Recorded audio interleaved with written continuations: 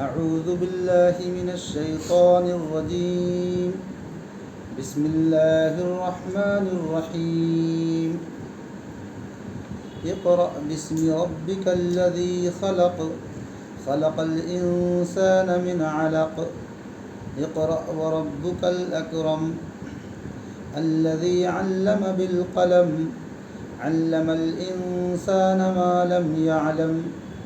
كلا إن الإنسان ليطغى أن رآه استغنى. إن إلى ربك الرجعى. أرأيت الذي ينهى عبدا إذا صلى.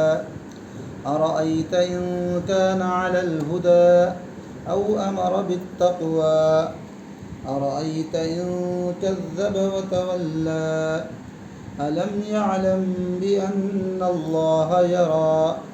كلا لئن لم ينته لنسفعا بالناصية ناصية كاذبة خاطئة. فليدع ناديه سندع الزبانية. كلا لا تطعه واسجد واقترب. صدق الله العظيم.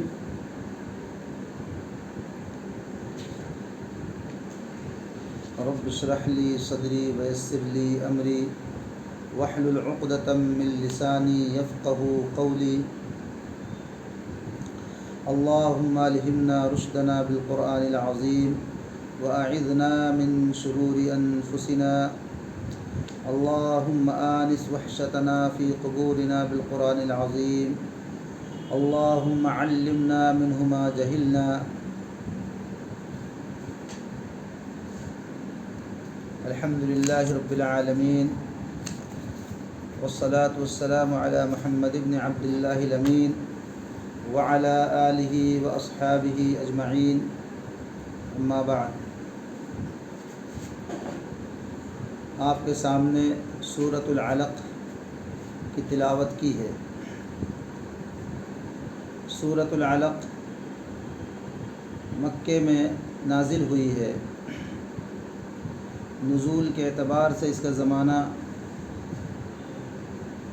مکی ہے اور یہ وہ صورت ہے جس کی ابتدائی 5 آیات قرآن مجید کی نزول کے اعتبار سے سب سے پہلی ہیں.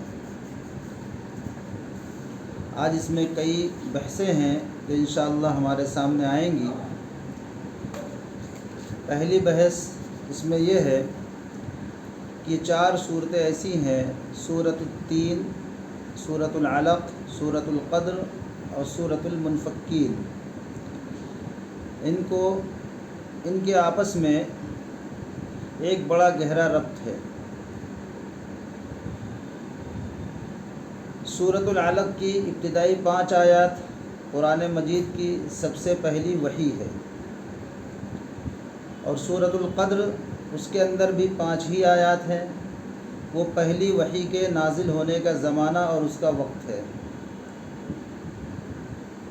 سورۃ التین کے اندر اللہ تبارک و تعالیٰ نے یہ بتایا کہ ہم نے انسان کو بہت ہی احسن تقویم پر پیدا کیا ہے، لیکن جب یہ اپنے اندر حیوانی صفات کو پیدا کر لیتا ہے اور صفات ملکوتی سے خالی ہو جاتا ہے تو یہ اسفل سافلین تک، انتہائی پستی تک پہنچ جاتا ہے.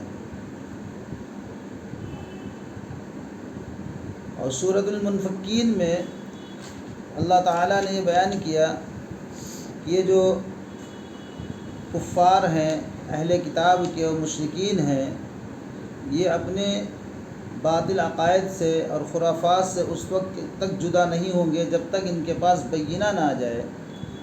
بینہ کیا ہے؟ اللہ تعالیٰ نے فرمایا رسول من اللہ یتلو صحفا مطہرہ، ایک ایسا رسول جو صحف مطہر کی کیا ہے؟ تلاوت کرے. تو رسول اور صحف مطہر یعنی قرآن مجید دونوں کو ملا کر کے بینہ بنا، اور اس بینہ میں سے جو صحف مطہر کی کا نزول کیا ہے؟ اس سورۃ العلق سے شروع ہو رہا ہے. اس کی ابتدا سورۃ العلق سے ہو رہی ہے. یعنی ایک رسول ہوگا اور وہ رسول کیا کرے گا؟ پاک کتاب کو پڑھ کر کے ان کے سامنے سنائے گا۔ تو سورۃ العلق کی ابتدائی 5 آیات سے اس صحف مطہر کی شروعات ہو رہی ہے، ایک بات۔ دوسری بات یہ ہے کہ سورۃ العلق یہ نبوت کا ظہور اس سے ہوا، سورۃ العلق سے نبوت کا ظہور ہوا، اور سورۃ المدثر کی ابتدائی آیات سے رسالت کا ظہور ہوگا۔ چونکہ سورۃ العلق میں دعوت کا پیغام نہیں ہے، دعوت کا حکم نہیں ہے، دعوت کا حکم سورۃ المدثر میں موجود ہے۔ قم فانذر، اے نبی کھڑے ہو جائیے اور ڈرائیے لوگوں کو، وربک فکبر، اور اپنے رب کی بلندی اور اس کی بڑائی کو بیان کیجیے۔ اس کے بعد اس سورت سے 3 سورتوں کا اور گہرا تعلق ہے، اور وہ گہرا تعلق سورۃ العلق سے ہے، وہ ترتیب نزولی کے اعتبار سے ہے۔ تقریباً تمام مفسرین کا اس بات پر اجماع ہے کہ قرآن مجید کی سب سے پہلے نازل ہونے والی 5 آیات سورۃ العلق کی ہیں۔ اقرأ بسم ربک الذی خلق، خلق الانسان من علق، اقرأ وربک الاکرم الذی علم بالقلم، علم الانسان ما لم یعلم۔ یہ وہ 5 آیات ہیں جن سے وحی کا آغاز ہوا۔ پھر اس کے بعد سورۃ النون والقلم کی 7 آیات، نون والقلم وما یسطرون وما عند ربک، یہ 7 آیتیں ہیں جو اس کے بعد نازل ہوئیں۔ اس کے بعد سورۃ المزمل نازل ہوئی، پھر اس کے بعد سورۃ مدثر کی ابتدائی 7 آیتیں نازل ہوئیں۔ تو یہ ترتیب نزولی ہے، اور ان تینوں صورتوں کے درمیان، یعنی سورۃ العلق اور سورۃ نون کے درمیان، سورۃ العلق اور سورہ مزمل کے درمیان، سورہ علق اور سورہ مدثر کے درمیان کچھ باتیں قدر مشترک ہیں۔ نمبر 1، اس میں کیا چیزیں مشترک ہیں؟ ان چاروں صورتوں میں جو خطاب ہوا ہے ابتدا میں وہ اللہ کے رسول صلی اللہ علیہ وسلم سے ہوا ہے۔ اقرأ، پڑھیے، اللہ کے رسول کو مخاطب کر کے کہا گیا پڑھیے۔ یا ایھا المزمل، اے چادر کے اوڑھنے والے، یا ایھا المدثر، اے چادر کے اوڑھنے والے۔ تو یہاں پر براہ راست جو خطاب ہوا ہے وہ اللہ کے رسول صلی اللہ علیہ وسلم سے ہوا ہے، جبکہ مکی صورتوں کا مزاج ہے، اگر ان کا مطالعہ کیا جائے تو یہ معلوم ہوتا ہے کہ ہمیشہ رسول سے خطاب سورت کے آخر میں ہوتا ہے۔ جب سورت ختم ہونے والی ہوتی ہے تب حضور اکرم صلی اللہ علیہ وسلم سے خطاب کیا ہے، لیکن ان 4 صورتوں میں سورۃ العلق، سورۃ نون والقلم، سورہ مزمل اور سورۃ المدثر، ان چاروں صورتوں میں خطاب پہلے ہی نمبر پر اللہ کے رسول صلی اللہ علیہ وسلم سے کیا گیا ہے۔ دوسری چیز جو قدر مشترک ہے ان چاروں صورتوں میں، وہ ہے اس میں قیامت اور آخرت کو اللہ تبارک و تعالیٰ نے بیان کیا ہے۔ اور قیامت و آخرت یہ وہ اہم مضامین ہے، یا یہ وہ اہم موضوع ہے کہ عملی اعتبار سے جس کا بڑا گہرا اثر انسان کی ذات اور اس کی شخصیت پر کیا ہے، پڑتا ہے۔ چنانچہ جب ابتدائی 5 آیات اس صورت کے نازل ہو گئیں، اس کے بعد آگے کی جب آیتیں نازل ہوتی ہیں تو وہاں پر کلا ان الانسان لیطغی، یہ جو انسان ہے بڑا سرکش ہے، بہت باغی اور طاغی ہے۔ اور اس کے بعد فرمایا ارآہ استغنی، یہ کیفیت، یہ صفات اس کے اندر کیسے پیدا ہو گئی؟ کیونکہ یہ مستغنی ہو گیا، یہ اپنے آگے کسی کو سمجھتا نہیں ہے، جبکہ اسے معلوم ہونا چاہیے کہ تمہارے رب کی طرف ہی سب کو لوٹ کر کے جانا ہے۔ تو یہ تمہارے رب کی طرف سب کو لوٹ کر کے جانا ہے، یہ آخرت کو بتا رہا ہے۔ اسی طرح سے سورہ نون والقلم میں اور سورہ مزمل کے اندر بھی آخرت اور قیامت کا موضوع اللہ تبارک و تعالیٰ نے بیان کیا ہے۔ سورہ مدثر میں ہے فَإِذَا نُقِرَ فِي النَّاقُورِ فَذَلِكَ يَوْمَئِذٍ يَوْمٌ عَسِيرٌ، جب ناقور بجایا جائے گا وہ بڑا ہی سخت دن ہوگا، یعنی وہی آخرت اور قیامت۔ تو یہ مضامین بھی ان چاروں صورتوں کے اندر کیا ہے، موجود ہیں، مشترک ہے۔ اس کے علاوہ ایک چیز اور قدر مشترک ہے اس میں کہ اللہ کے رسول صلی اللہ علیہ وسلم کے جو بڑے بڑے دشمن تھے، ان دشمنوں کا ایک ایک صورت کے اندر ان کا کردار بیان کر دیا گیا ہے. بڑے بڑے جو دشمن تھے، جیسے ابو جہل، سورۃ العلق میں ابو جہل کے کردار کو اللہ تعالیٰ نے بیان کر دیا. نام لے کے نہیں بیان کیا، لیکن تمام مفسرین کا اتفاق ہے کہ اس سے مراد ابو جہل ہے. وہ جب آیتیں آئیں گی تو اس کا ترجمہ کریں گے، اور اس وقت اس کا شان نزول بھی بتایا جائے گا کہ کیوں یہ آیتیں نازل ہوئیں. اسی طرح سے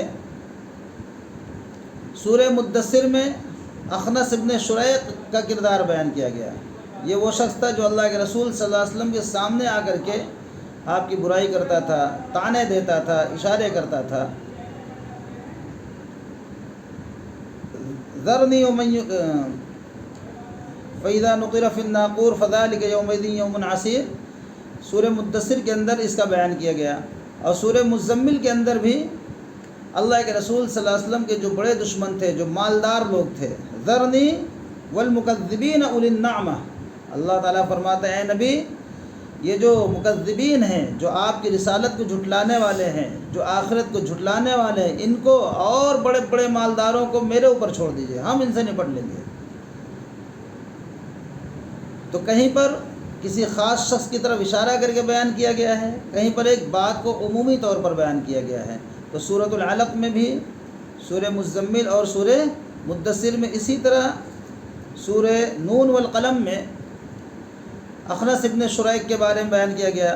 اب اس میں تھوڑا سا مفسرین کہتے ہیں کہ سورہ مدثر میں جو بیان کیا گیا ہے وہ ولید ابن مغیرہ ہیں وہاں پر مراد، اور سورہ نون والقلم میں جن کے کردار کو بیان کیا گیا فلا تطع المکذبین ودوا لو تدہن فیدہنون ولا تطع کل حلاف مہین، پوری لمبی آیت ہے جس میں پورے کردار کو بیان کیا گیا ہے.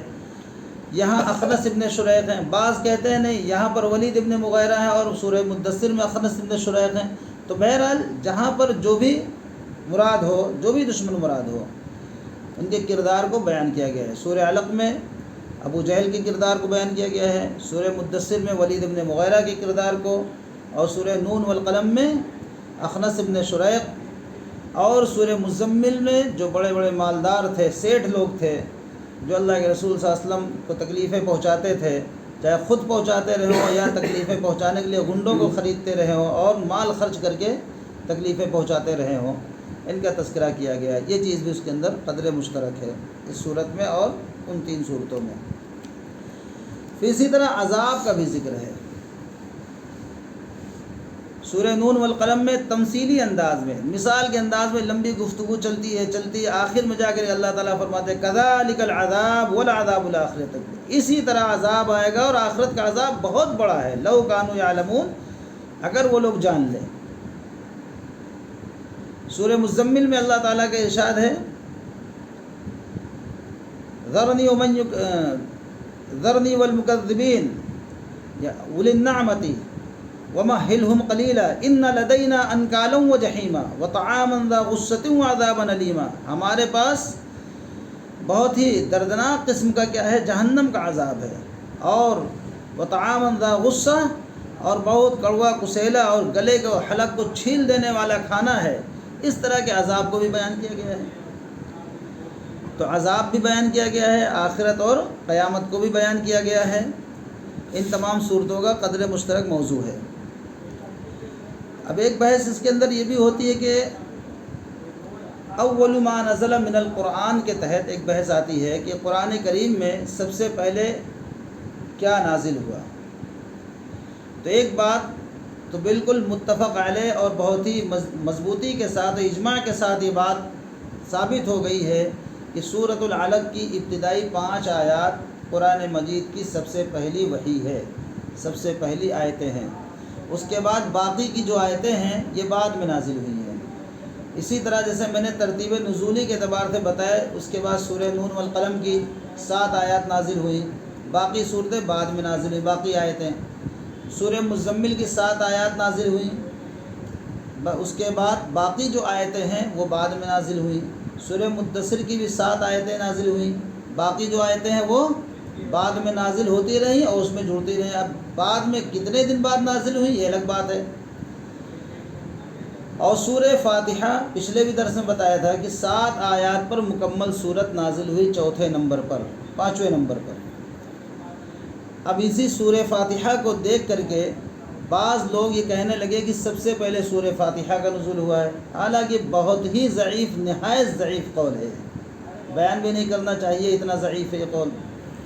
بعض لوگوں نے کہا سب سے پہلے بسم اللہ الرحمن الرحیم کا نزول ہوا ہے، یہ بھی بہت ضعیف ہے۔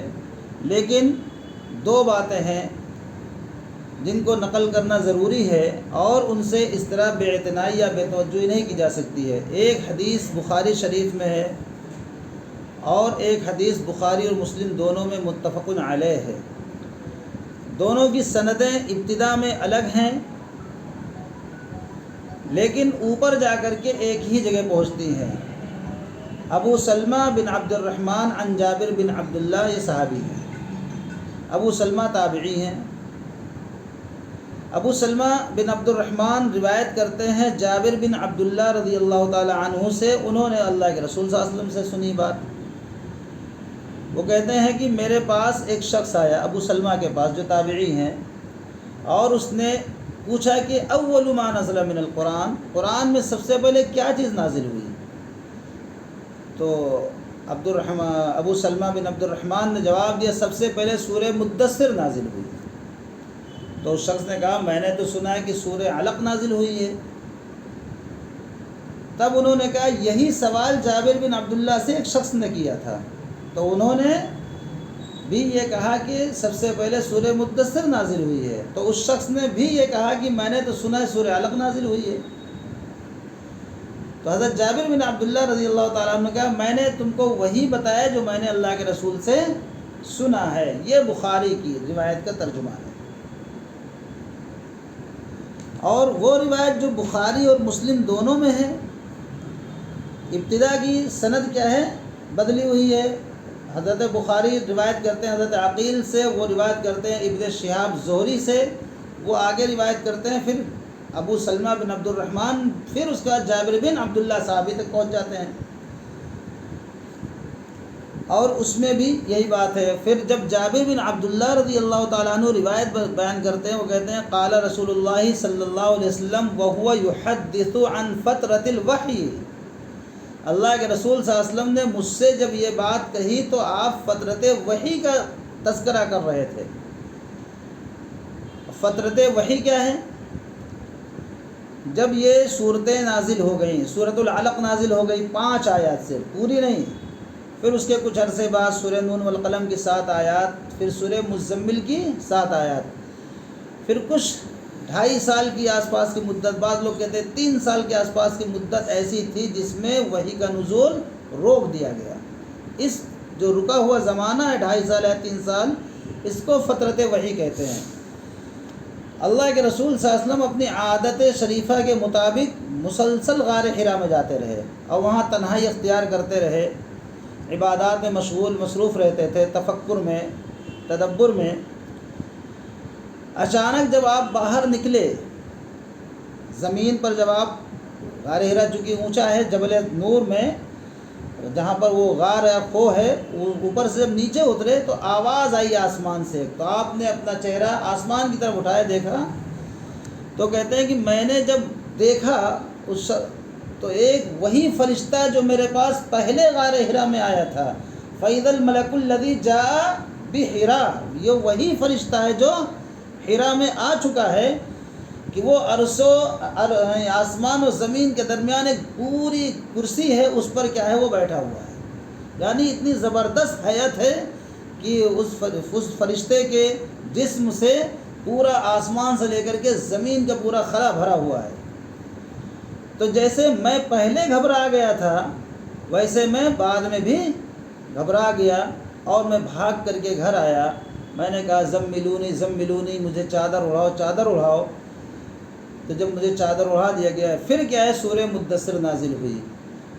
تو جو یہ روایت ہے بخاری اور مسلم جو دونوں میں موجود ہے، جو متفقن علیہ ہے، اس حدیث میں چونکہ فترت وحی کا لفظ آ چکا ہے، اس لیے یہ بات بالکل واضح ہو گئی کہ جابر بن عبداللہ جو روایت کرتے ہیں، اور ان سے جو ابو سلمہ بن عبد الرحمن روایت کرتے ہیں جو بخاری میں ہے، وہ فترت وحی کے بعد کا سب سے پہلی نازل ہونے والی جو سورت کی آیات ہیں وہ سورہ مدثر کی ابتدائی 5 آیات ہیں، لیکن متفقہ طور پر سورۃ العلق ہی کی ابتدائی 5 آیات ہیں جو غار حرا میں نازل ہوئی۔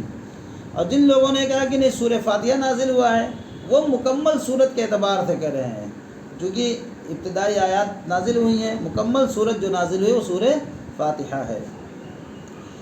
اور یہیں پر ایک بات یہ بھی کہہ دی جائے کہ پہلی نزول کے متصلاً بعد، یعنی اس سے ملے ہوئے زمانے میں جو بھی وقفہ رہا ہو، کچھ دن کا کچھ ہفتوں کا، طہارت کے اور نماز کی کچھ چیزیں اللہ کے رسول صلی اللہ علیہ وسلم کو بتا دی گئی تھیں کہ پاکی کیسے حاصل کی جائے گی، طہارت کیسے حاصل ہوگی اور عبادت کیسے کی جائے گی، یہ بھی اللہ کے رسول صلی اللہ علیہ وسلم کو سکھا دیا گیا تھا۔ اس کے علاوہ اللہ کے رسول صلی اللہ علیہ وسلم کو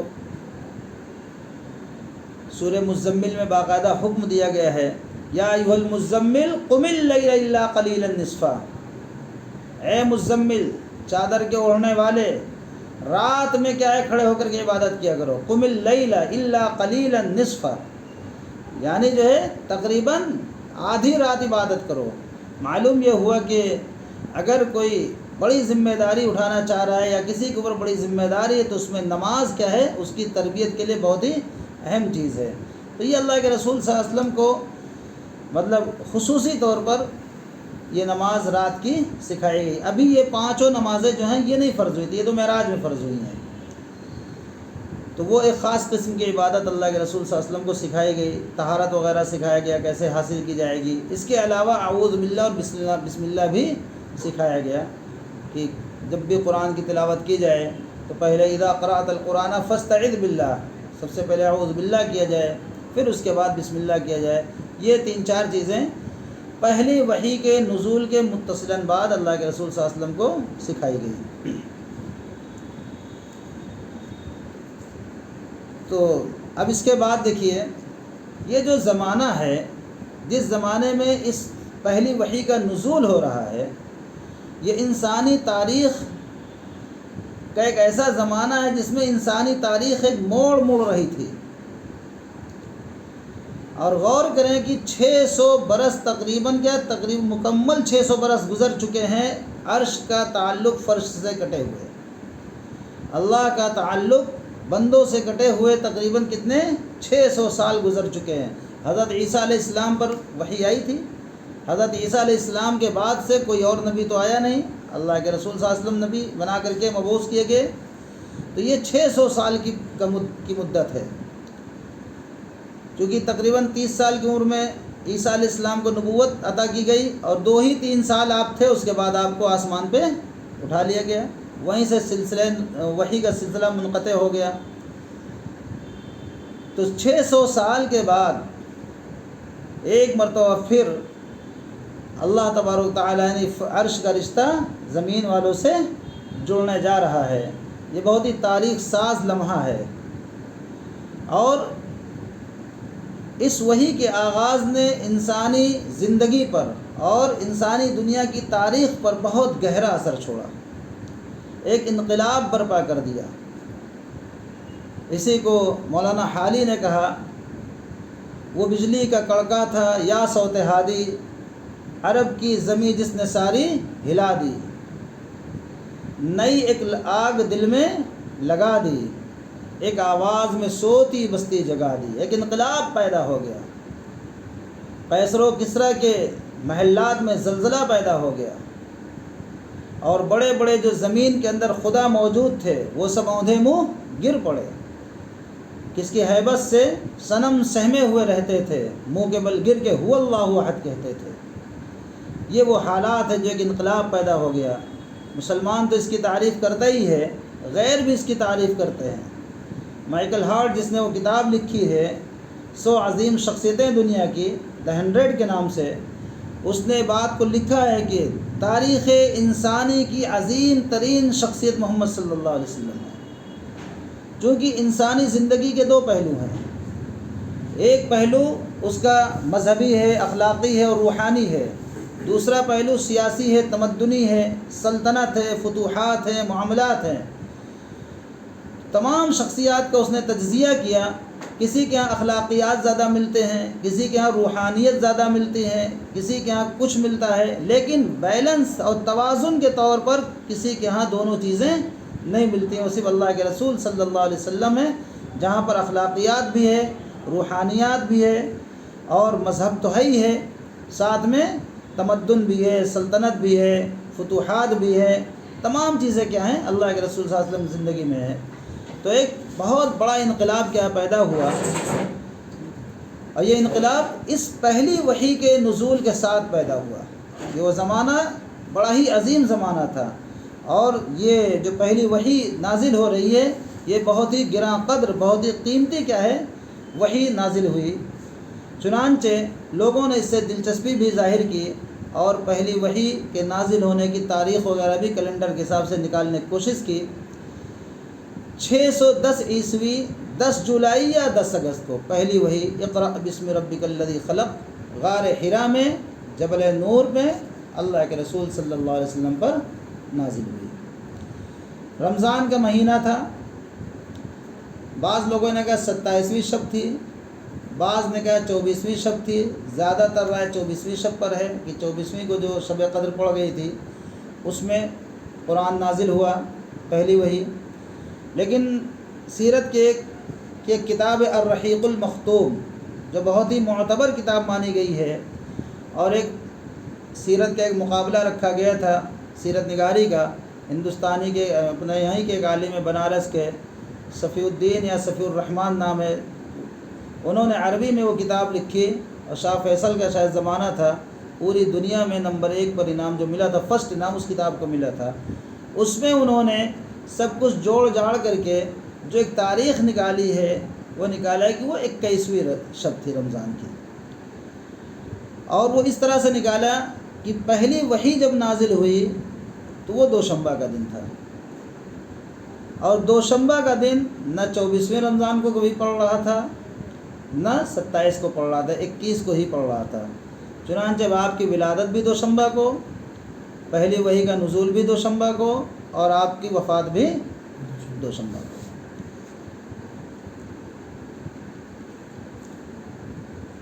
اس کے علاوہ بخاری شریف میں امام بخاری نے ایک باب باندھا ہے کیف کان بدء الوحی. چونکہ پہلی وحی کا نزول ہو رہا ہے تو وحی کے بارے میں ساری باتیں سامنے آنی چاہیے. کیف کان بدء الوحی، وحی کی شروعات کیسے ہوئی. یہ ایک لمبی حدیث ہے، اور اس حدیث کی راویہ حضرت عائشہ رضی اللہ تعالیٰ عنہ ہے، اور حضرت عائشہ سے ان کے بھانجے عروہ بن زبیر روایت کرتے ہیں، اور بخاری میں ہے. اور وہ روایت جو حضرت عائشہ عن عروہ سے جو چلتی ہے وہ سلسلۃ الذہب کہا جاتا ہے، گولڈن چین کہا جاتا ہے، بہت مضبوط سند ہوتی ہے اس کی. اس میں انہوں نے بیان کیا ہے اللہ کے رسول صلی اللہ علیہ وسلم کے بارے میں. فرمایا کہ اللہ کے رسول صلی اللہ علیہ وسلم کے اوپر وحی کا نزول کیسے ہوا. اول ما بدی به رسول اللہ صلی اللہ علیہ وسلم من الوحی الرؤیا الصادقہ فی النوم. رسول اللہ صلی اللہ علیہ وسلم پر جو وحی کی شروعات پہلے ہوئی تو آپ کو سوتے ہوئے سچے خواب آتے تھے. کیا آتے تھے؟ سچے خواب آتے تھے. یعنی آپ خواب میں جن چیزوں کو دیکھتے تھے تو اس کے بارے میں بتایا فکان لا یرا الا جاءت مثل فرق الصبح.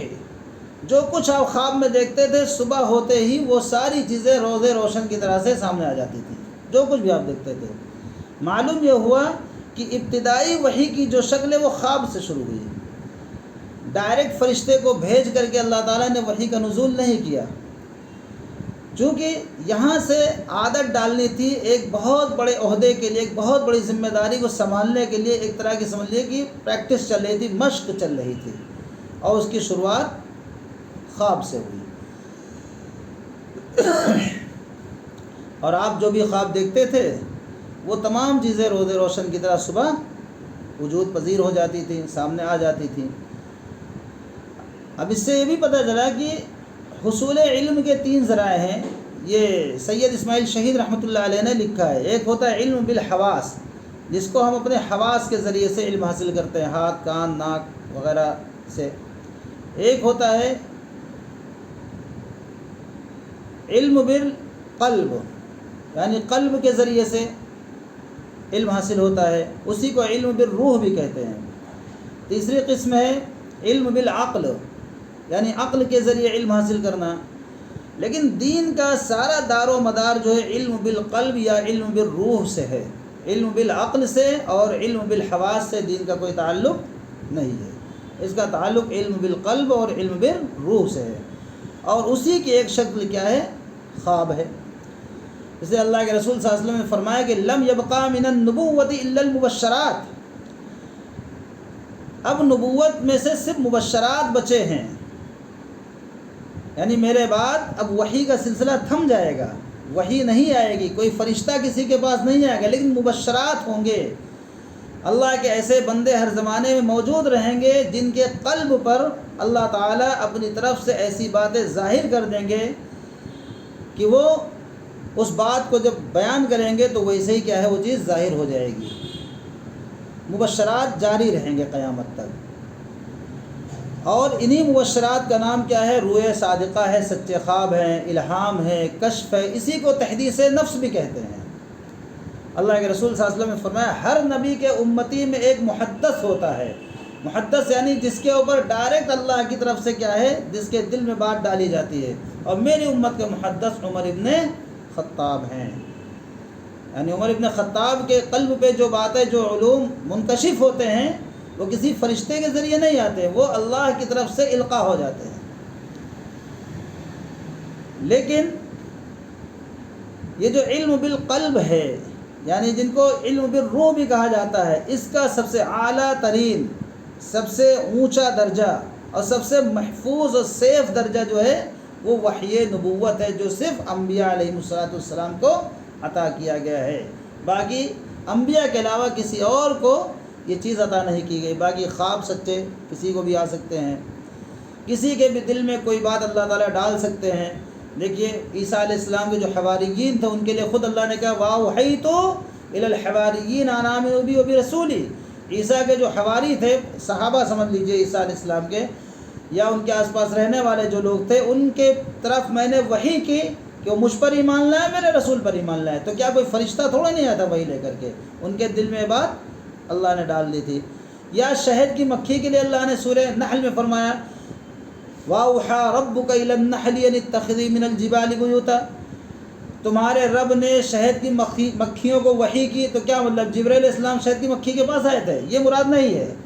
مکھیوں کے جی میں اللہ تعالیٰ نے دل میں بات ڈال دی کہ وہ پہاڑوں پہ اپنی رہائش بنائیں، یعنی اتَّخِذِي مِنَ الْجِبَالِ بُيُوتًا، پہاڑوں میں جا کر کے رہیں۔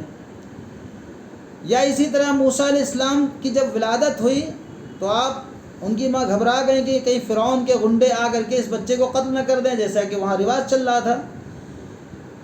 تو وہاں پر بھی یہی وَأَوْحَيْنَا إِلَىٰ أُمِّ مُوسَىٰ أَنْ أَرْضِعِهِ، ہم نے موسیٰ علیہ السلام کی ماں کو وحی کی کہ وہ ان کو دودھ پلائیں، اور جب گھبرانے لگے کہ یہ خطرہ محسوس ہو رہا ہے تو ان کو ایسا ایسا کر کے دریا میں ڈال دیں۔ تو کوئی فرشتہ نہیں آیا تھا، یہ وہی ہے جس کو ہم الہام کہتے ہیں، کشف کہتے ہیں، یا تحدیث نفس کہتے ہیں، یا روئے صادقہ کہتے ہیں۔ یہ خواب میں بھی ہو سکتا ہے، اور خواب کے علاوہ ایسے بھی انسان بیٹھا ہوا ہے، لو لگائے ہوئے اللہ سے ذکر میں لگا ہوا ہے، اس کے روح کی بالیدگی جو ہے اتنی بڑھ رہی کہ وہ بشریت سے نکل کر کے ملکوتیت کی طرف جا رہا ہے، تو یہ تمام چیزیں کیا ہیں ان پر منکشف ہوتی ہے، جیسے اولیاء اللہ ہیں، بزرگان دین ہیں۔ لیکن یہ چیزیں دلائل نہیں ہیں، یہ چیزیں دلائل نہیں کہ ایسا ہو ہی جائے۔ الہام ہوتے ہیں، کشف ہوتا ہے، تمام چیزیں ہوتی ہیں، لیکن یہ اختیار سے باہر ہے، یہ اللہ کی مرضی کے ساتھ ہے، اور کسی کے ساتھ بھی ہو سکتا ہے۔ اس کے لیے ضروری ہے کہ آدمی نیک ہو تبھی ہوگا، آدمی نیک ہو تبھی ہوگا۔ اللہ تعالیٰ کی مرضی کسی کے دل میں کوئی بات ڈال سکتے ہیں۔ اسی کو بھی کہا گیا کہ خواب جو ہے نبوت کا 46واں حصہ ہے، کسی میں 60واں حصہ کہا گیا ہے۔ لیکن خواب بھی دو طریقے ہوتے ہیں، ایک ہوتا ہے القاء شیطان، ایک ہوتا ہے القاء رحمان۔ تو القاء شیطان، کچھ خواب شیطان کی طرف سے آتے ہیں۔ اب جدید جو فلسفی ہیں وہ کیا جانے القاء رحمان بھی ہوتا ہے خواب، یعنی رحمان کی طرف سے بھی آتا ہے۔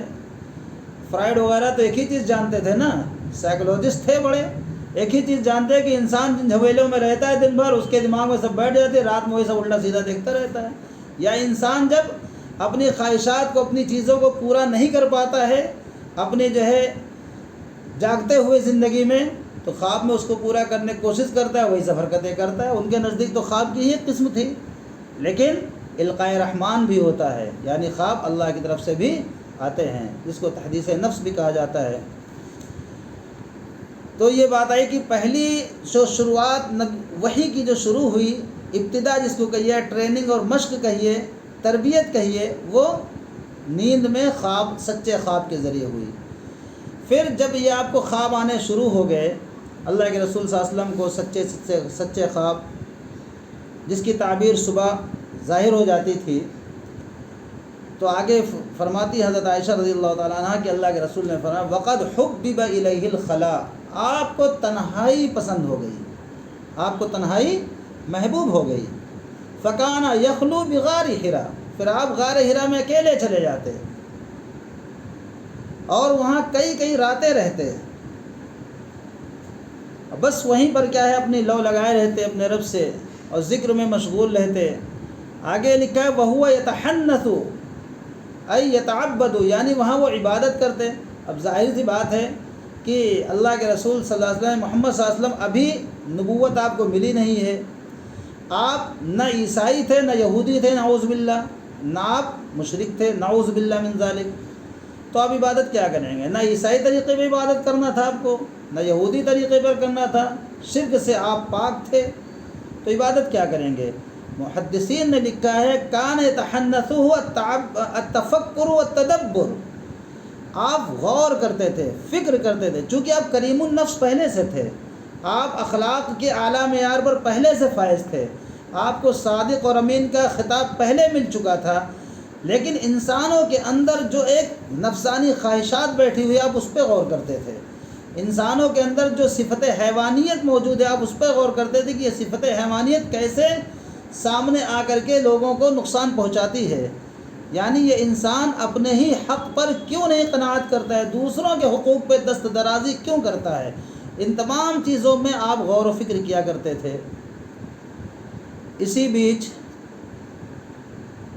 وہ فرشتہ آیا اور اس نے اللہ کے رسول صلی اللہ علیہ وسلم کو پکڑا. فرماتے ہیں فَأَخَذَنِي فَغَطَّنِي، مجھ کو پکڑا اور نہیں، پہلے اس نے کہا اقرأ، پڑھو، تو اللہ کے رسول صلی اللہ علیہ وسلم نے کہا ما انا بقاری، میں پڑھا ہوا نہیں ہوں. تب اللہ کے نبی فرماتے ہیں فَأَخَذَنِي وَغَطَّنِي، مجھ کو پکڑا اور کس کے بھینچ دیا، دبا دیا.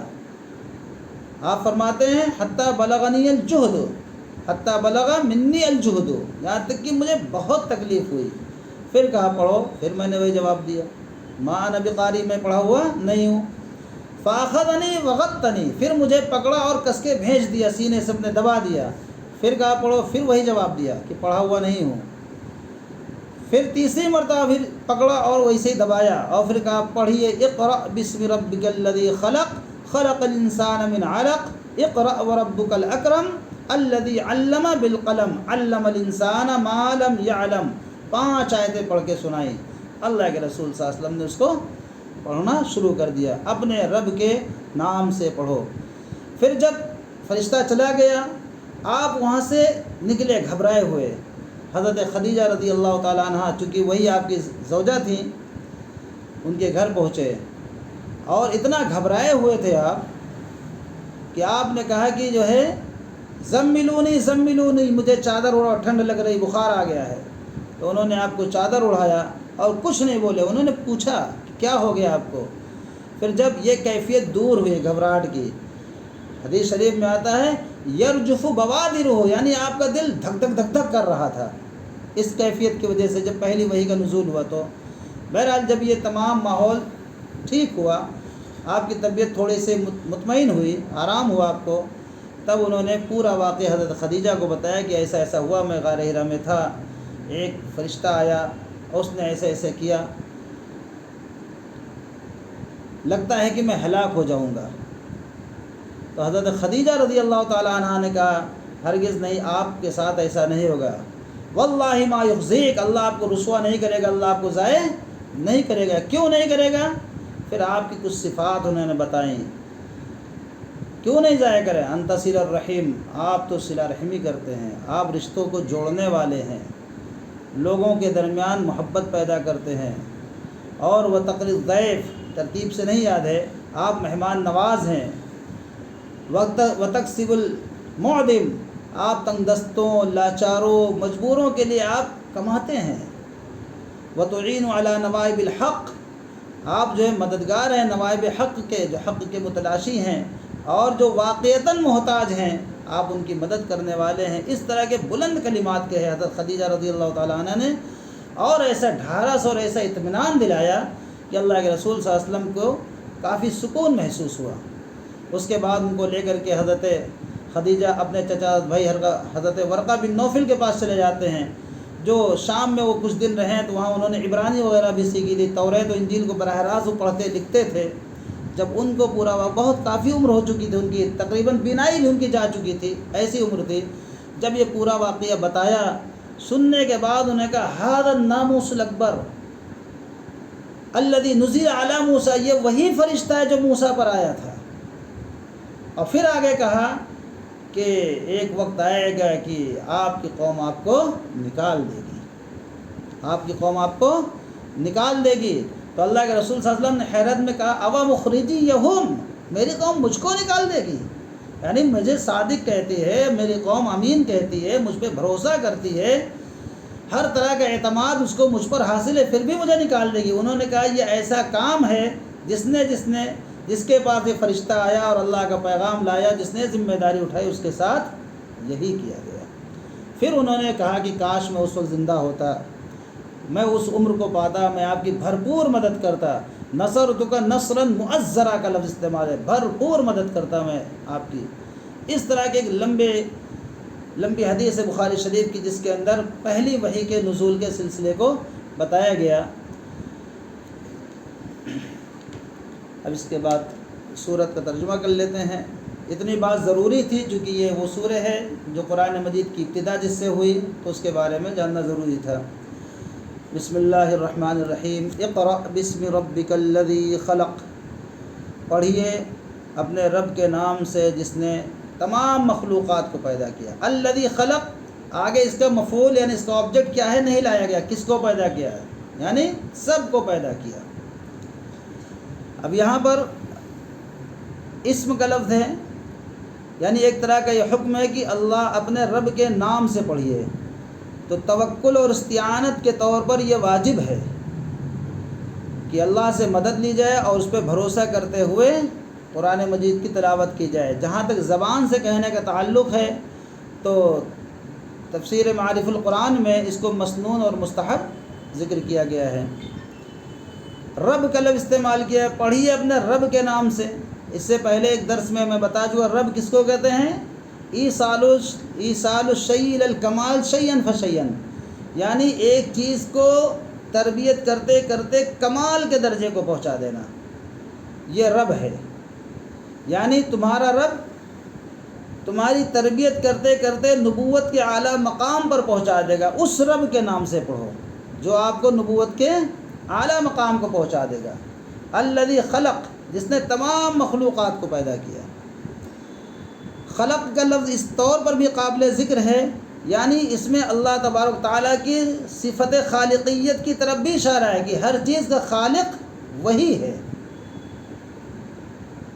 حضرت شاہ ولی اللہ رحمۃ اللہ علیہ نے بتایا کہ توحید کے 4 قسمیں ہیں، ان 4 قسموں میں 2 قسمیں ایسی ہیں جس میں دنیا کا ہر شخص، ہر قوم، ہر تحریک، ہر فکر کیا متفق ہے، چوائے چند دہریوں کے، کچھ دہری ایسے ہیں، کچھ ناستک ایسے ہیں، کچھ ہیں بس زیادہ نہیں، وہ الگ ہیں، باقی سب متفق ہیں۔ ایک تو یہ ہے کہ اللہ ہر چیز کا خالق ہے، سب مانتے ہیں، کوئی یہ نہیں مانتا کوئی اور ہے پیدا کرنے والا۔ چنانچہ قرآن خود اس کی مثال ہے۔ اگر آپ پوچھیں زمین و آسمان کو کس نے پیدا کیا تو وہ کہیں گے اللہ نے پیدا کیا۔ اگر ان سے پوچھو روزی تم کو کون دیتا ہے تو کہیں گے اللہ دیتا ہے۔ مشرک بھی کہتے تھے مکہ کے، سب اس بات کو۔ دوسری صفت، اللہ واجب الوجود ہے، یعنی اللہ کا وجود از خود ہے، اللہ کو کسی نے وجود نہیں بخشا، وہ از خود ہے۔ وہ قیوم ہے اور حی ہے، زندہ ہے اور خود سے قائم ہے اور پوری کائنات کو سنبھالے ہوئے قائم کیے ہوئے۔ یہ دو توحید کی قسمیں ہیں جس میں پوری دنیا کیا ہے؟ ایک ہے، متفق ہے۔ الگ کہاں ہوتے ہیں؟ توحید فی العبادت میں اور توحید فی التنفیذ آپ کہہ سکتے ہیں، یعنی عبادت جب کرنا شروع کرتے ہیں تو اللہ کی بھی عبادت کرتے ہیں، کچھ دوسرے بنا لیتے ہیں، یا تدبر اعمال یا جو مدبر کی حیثیت سے دیکھا جائے کہ پوری کائنات کو گورن کون کرتا ہے، اس کو چلاتا کون ہے، تو اس میں الگ ہو جاتے ہیں۔ پانی کوئی برساتا ہے، کلہ کوئی اگاتا ہے، چاہے سورج چاند کوئی نکالتا ہے، یہاں آ کر کے شرک میں مبتلا ہو جاتے ہیں۔ تو اس لیے خلق الانسان من علق، پھر جب یہ کہہ دیا گیا کہ پڑھو اپنے اس رب کے نام سے جو تمام مخلوقات کا رب ہے، تو تمام مخلوقات میں انسان بھی شامل ہو گیا، لیکن الگ سے خلق الانسان پھر ذکر کیا اللہ تعالیٰ نے۔ اس کو کہتے ہیں تخصیص بعد التعمیم۔ پہلے ایک عام بات کہی گئی، یہ بلاغت کی ایک بہت بڑی قسم ہے، تخصیص بعد التعمیم۔ پہلے ایک عام بات کہہ دی گئی، پھر اس کے بعد ایک خاص بات اسی میں سے نکال دی گئی۔ اس کا مقصد ہے تخصیص بعد التعمیم، یعنی انسان کا خصوصی ذکر اس لیے کیا گیا کہ یہ جو دنیا ہے، نبوت و رسالت ہے، یا اس کے اندر دنیا کی جو پوری کارسازگی ہے اور اس کے اندر جو ایک نظام چلتا ہے، یہ تمام چیزیں کیا ہے؟ انسان کے لیے ہی ہیں، تمام چیزیں انسان کے لیے ہی ہیں۔ اور انسان کو اس کی حقیقت یاد دلا گئی، من علق، جمے ہوئے خون کے تھکے یا لوتھڑے سے پیدا کیا۔ اس میں اللہ تعالیٰ نے انسان کو اس کی برزخی زندگی بتا دی کہ پہلے نطفہ ہوتا ہے، پھر نطفہ جو ہے علقہ بنتا ہے، یعنی وہ نطفہ جا کر کے خون جمنا شروع ہوتا ہے، پھر علقہ سے وہ مضغہ بنتا ہے، یعنی گوشت کا لوتھڑا بنتا ہے، پھر اس میں ہڈیاں بنتی ہیں۔ اس طرح کر کے جو ایک برزخی زندگی ہے، ولادت کا جو ایک نظام ہے، اس کی طرف ذکر کیا۔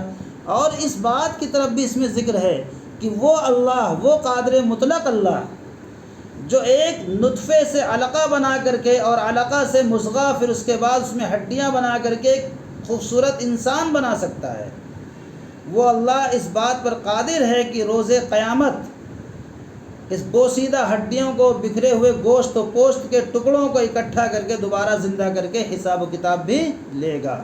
گویا کہ اس میں بھی آخرت کا پہلو، جیسے میں نے کہا تھا نا، ان تمام صورتوں میں آخرت اور قیامت کا پہلو مشترک ہے، یہاں پر وہ چیز موجود ہے۔ اقرأ وربک الاکرم، پھر یہ پہلے والے اقرا کی تاکید ہے اور کوئی چیز نہیں ہے، یہ پہلے والی اقرا کی تاکید ہے۔ بعض لوگوں نے کہا پہلے اقرا سے مراد جو ہے یہ اللہ کے رسول صلی اللہ علیہ وسلم کو پڑھانا تھا، دوسرے اقرا سے مراد امت کو پڑھائی کی تعلیم دینا ہے، یہ بھی بعض لوگوں نے کہا ہے۔ بہرحال جو بھی ہو، پڑھیے اپنے کریم رب کے نام سے۔ الاکرم کی یہاں پر جو صفت آئی ہے، اس میں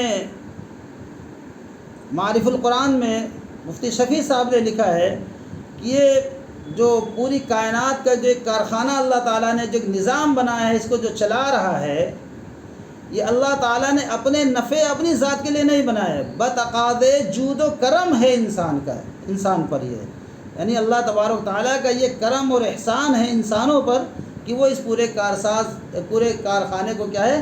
چلا رہا ہے، اور جب جب جس چیز کی ضرورت ہوتی ہے اپنے بندے کو عطا کر رہا ہے۔ اس لیے اکرم کو لفظ یہاں پر جوڑ دیا۔ الذی علم بالقلم، جس نے قلم کے ذریعے سکھایا، علم الانسان ما لم یعلم، اور انسان کو وہ سب کچھ سکھایا جو وہ نہیں جانا۔ اب یہاں تک یہ 5 آیتیں ہیں جو قرآن مجید کی سب سے پہلی وحی ہیں۔ اس کے بعد باقی کی آیت کب نازل ہوئی، بعد میں نازل ہوئی، کتنے بعد میں نازل ہوئی، واللہ اعلم۔ اب یہاں سے جو بات آگے آ رہی ہے، کلا ان الانسان لیطغی، انسان کی فطرت، اس کی شرشت کے اندر جو چیزیں ہیں، 2 صفات ہیں، ایک ہے صفت ملکوتیت یعنی فرشتوں کے اوصاف، ایک ہے صفت حیوانیت جانوروں کے اوصاف۔ انسان جب اپنے آپ کو اس طریقے پر زندگی گزارتا ہے جو طریقہ دین نے بتایا ہے، اللہ اس کے رسول نے بتایا ہے، تو دھیرے دھیرے اس کے اندر صفت ملکوتیت یعنی فرشتوں کے اوصاف کیا ہے؟ پیدا ہونے شروع ہو جاتے ہیں۔ اور جب یہ اس سے ہٹ کر کے زندگی گزارتا ہے تو حیوانیت اس کے اندر پیدا ہونے لگتی ہے. پھر حیوانیت جب پیدا ہوتی ہے تو لیطغا، یہ طاغی بن جاتا ہے، باغی بن جاتا ہے، سرکش ہو جاتا ہے، ظلم، فساد، جبر، ہر طرح کی برائیاں یہ کرنا شروع کر دیتا ہے. اور یہ کرتا کیوں ہے؟ الرآہ استغنا، کیونکہ یہ اتنا متکبر، اتنا گھمنڈی ہو گیا ہے کہ اس نے اللہ سے اپنے تعلق کو توڑ کر کے وہ بالکل مستغنی ہو گیا کہ مجھے کسی کی ضرورت نہیں.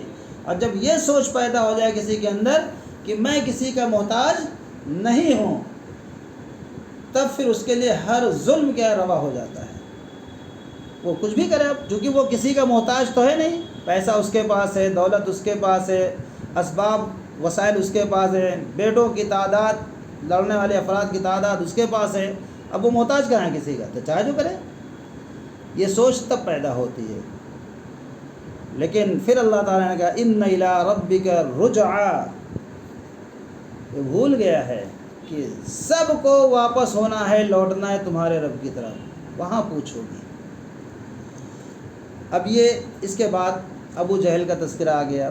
ارأیت الذی ینہا، ارأیت الذی، کیا دیکھا تم نے اس شخص کو جو روکتا ہے، عبدن، ایک بندے کو، اذا صلی، جب وہ نماز پڑھتا ہے. یہ تقریباً معراج کے بعد نماز فرض ہوئی ہے. آپ خانہ کعبہ میں نماز پڑھ رہے تھے، اس سے پہلے تو آپ راتوں کی عبادت کرتے ہیں. جیسے میں نے سورہ مزمل کیا ایسا بتایا، قم اللیل، رات کا قیام کیجئے، پوری رات کا قیام کیجئے. پھر کچھ دن کے بعد یہ ہوا کہ آدھی رات کا قیام کیجئے. تو وہ تو تہجد تھی یا کوئی خاص نماز تھی، وہ اللہ جانے، اللہ کے رسول جانے کیا نماز تھی. لیکن جو 5 نمازیں جو فرض ہیں، جو آج بھی ہم امت پر فرض ہیں، یہ تو معراج میں ملی ہیں. اور معراج کے بارے میں کہا جاتا ہے سن 2 میں، 2 نبوت میں ہوئی یا 3 نبوی میں ہوئی، کچھ کہتے ہیں 5 نبوی میں، جو بھی ہوئی، کیونکہ یہ خانہ کعبہ کا ذکر ہے. اللہ کے رسول صلی اللہ علیہ وسلم کعبہ شریف میں نماز پڑھ رہے تھے. ابو جہل منع کرتا تھا، ڈانٹتا بھی تھا. اس نے یہ بھی کہا کہ اگر آج کے بعد سے یہاں نماز پڑھو گے تمہارے سر کو اپنے قدموں سے کچل دیں گے.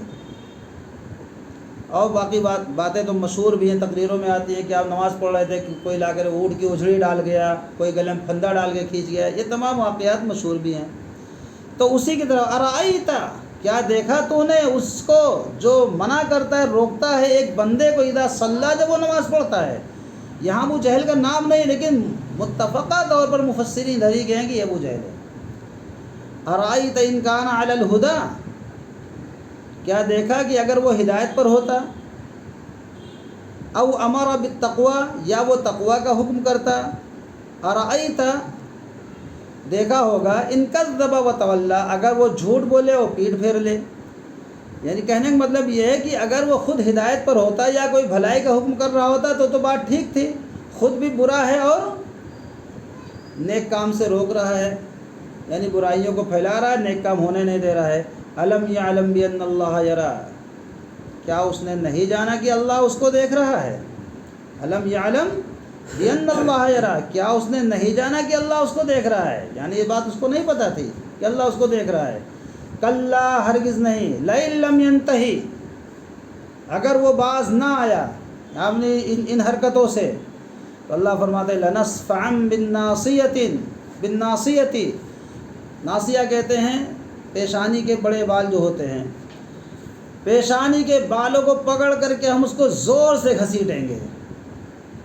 ناصیۃ کاذبۃ خاطیہ، گنہگار اور جھوٹی پیشانی. فلیدع نادیہ، پھر اس سے کہا جائے گا چاہو تو اپنے بندوں کو، اپنے لوگوں کو، اپنے آدمیوں کو بلا لو. یعنی تمہارے جو ہم مجلس، اور ہم محفل ہوتے تھے، ہم مشرب ہوتے تھے تمہارے، ان کو بلا لو. سندع الزبانیہ، اللہ فرماتا ہے کہ ہم بھی اپنے پیادوں کو بلا لیں گے، یعنی فرشتوں کو بلائیں گے. کلا، ہرگز نہیں، لا تطعہ، اللہ فرماتے ہیں اے نبی اس کی اطاعت ہرگز مت کرو. وسجد، آپ نماز پڑھیے. وقترب، اور اللہ کا قرب حاصل کیجیے. اللہ تعالیٰ ہم سب کو کہنے سننے والا عمل کی توفیق عطا فرمائے.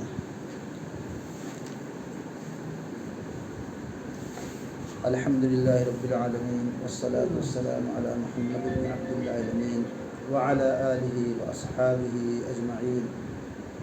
اللہم انت السلام ومنک السلام، تبارک ربنا وتعالیت یا ذا الجلال والاکرام.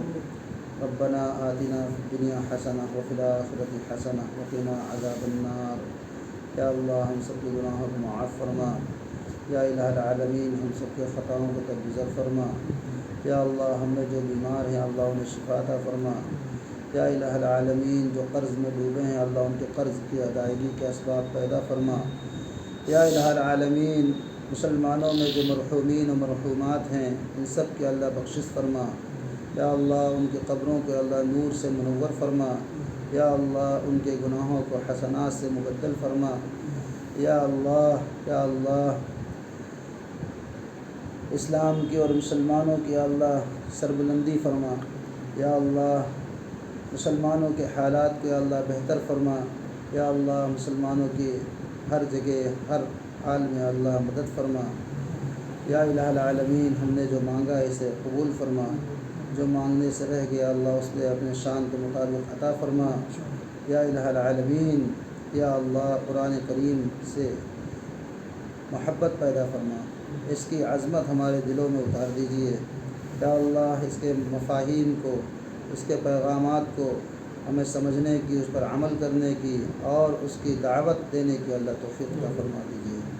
یا الہ العالمین اپنے محبوب حضرت محمد صلی اللہ علیہ وسلم کی محبت اور ان کی عظمت، ان کے صحابہ کی محبت اور ان کی عظمت ہمارے دلوں میں اتار دیجیے۔